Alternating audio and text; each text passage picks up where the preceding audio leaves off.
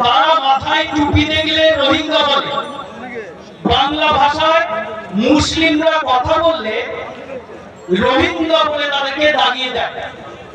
এবার রোহিঙ্গাটা কারা? অশিক্ষিত বিজেপির কথা অনুযায়ী রোহিঙ্গা হলো বাংলাদেশে। আসলে রোহিঙ্গা একটা জাতি।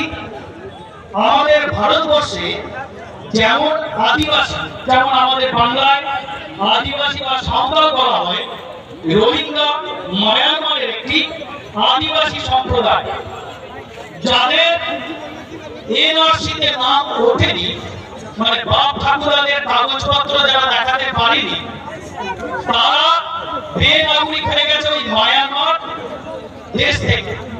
যার ফলে তারা বিভিন্ন দেশে শরণার্থী হিসাবে গিয়ে আশ্রয় নেয়।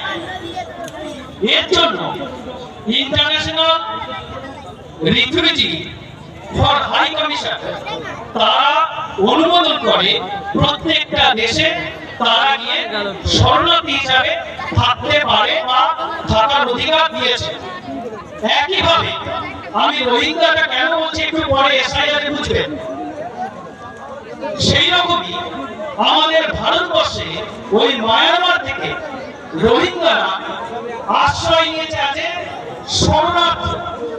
কত গভর্নমেন্টের রিপোর্ট অনুযায়ী 2024-এ পার্লামেন্টে কেন্দ্র সরকার জানিয়েছে, 2024-এ পার্লামেন্টে কেন্দ্র সরকার অফিসিয়ালি ভাবে জানিয়েছে ভারতবর্ষে 22,500 জন রোহিঙ্গা